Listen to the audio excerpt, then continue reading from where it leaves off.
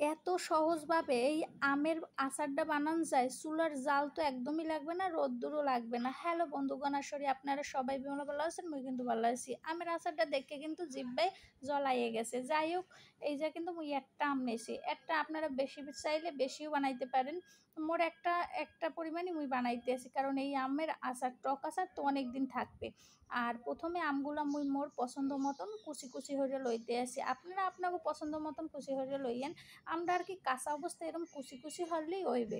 মই কিন্তু এরকম একটু আর কি একেবারেও কুচি না, আবার একেবারে বড়ও না, এইরকম হয়ে কুচি কুচি হয়ে লইতে আসি। আর গেটার দিয়ে যদি কুচি কুচি করে লন মানে আপনার পছন্দ মতন, মুই যেরকম আর কি করছি সেইটাই দেখাইতে আসি। মোর কিন্তু এই কুচি কুচি করা কিন্তু হয়ে গেছে, এই সাইজ নিয়েছি, একটু দেখলেই বুঝবেন যে কিরম কাটছি।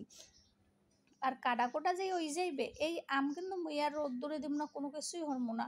আর এর মধ্যে লবণ ও মরিচের গুঁড়া আর হলদির গুঁড়া। আর এখন কিন্তু মুই একটা মশলা বানাইতেছি, কয়টা শুকনো মরিচ, এবার ধনিয়া, পাঁচফোড়ন আর দেবো হররা। অল্প আছে এই মশলাটা একটু টাইলে লইছি, খালি সুগন্ধি বাইরেইবে, পুড়ে গেলে কিন্তু দিতে লাগে। যাই হোক, মুই কিন্তু এগুলো বাইডে বুড্ডে লইতে আসি আধা ভাঙা করিয়া। আর এই পাশে কিন্তু করুয়ার তেল গরম দিতে আসি, এর মধ্যে কালো জিরা, দুইটা শুকনো মরিচ আর একটু মরিচের গুঁড়া দিয়া। আর এই পাশে যে ওই যে মশলাটা দেশালাম সেই দিয়ে একটু মাইকে মুইকে লইতে আসি। আর যেই এরম মেশানো ওই যে এই সময় ওই যে মশলাটা একটু বাইডে বুড্ডে থুইছিলাম আধা ভাঙা করে, সেই মশলাটা দিয়েও কিন্তু এরম লাইড়ে সেড়ে লইতে আসি। এই আচারটা দেখতে যেমন লোভনীয়, খাইতেও কিন্তু অতটাই ভাল লাগে। এই কিন্তু মুই দুইবার বানাই, একবার বানাই খাওয়া হয়ে গেছে। যাই হোক, মুই কিন্তু এই জায়গায় একটু তেল দিছি, ওই গরম তেলের অল্প একটু। আর যেই তেল যে সময় একেবারে ঠান্ডা হয়ে যাইবে আর তা ওই সময় দিব, দিয়ে ঠিক আবার সুন্দর করে মাইকে টেকে লইছি। আর এই আচার থোয়া লেগে কিন্তু কাছের যে কোনো কাছের বয়ম লাগবে। আর বয়ম কিন্তু আগে থাকতে রোদ্দুরে দিয়ে একটু শুকাই টুকাই লইতে হইবে, হেলে কিন্তু আচার ভালো থাকবে। আর মুই কিন্তু এই সব আমের আচারগুলো সব আস্তে আস্তে ভরে লইতে আসি। কাছের বয়ম ছাড়া কিন্তু আচার বেশি দিন টেকসই হয় না, কাছের বয়মেই কিন্তু ভালো থাকে। আর এই আচারটা মাঝে মাঝে একটু রোদ্দুরে দিলেই ভালো হইবে। আর সব সময় কিন্তু তেলের মধ্যে ডুবাইনে থাকবে, তেলের মধ্যে ডুবাইনে থাকলেই আচারটা ভালো থাকবে।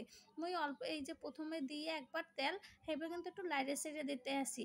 আর এখন কিন্তু আবার তেল বাকিটুকু দিয়ে দিতে আসি। আর এই আচার কিন্তু কৌড়ের তেলে ডুবাইনে থাকবে, যত তেল উপরে থাকবে অতই আচার ভালো থাকবে। মাঝে মাঝে একটু মুখটা খুললে সেইবার কিন্তু রোদ্দুরে দিতে হইবে, এতে আচার ভালো থাকবে। আর ফ্রিজে থোয়া লাগবে না। এই আচার দিয়া পরোটার লগে খাইতে পারবেন, রুটি, বিরিয়ানি, পোলাও, ভাত যে কোনো সময়ে কিন্তু খাইতে পারবেন। এই আচারটা যেমন দেখতে সেইরকম খাইতে, টক আচার। আমার রেসিপি ভালো লাগলে অবশ্যই একটা লাইক, সুন্দর কমেন্ট আর ফলো বাটন টিপ দিয়ে আমার পাশে থাকবেন, তাহলে কিন্তু এরকম সুন্দর সুন্দর ভিডিওগুলো দেওয়া মাত্রই পাই যাবেন।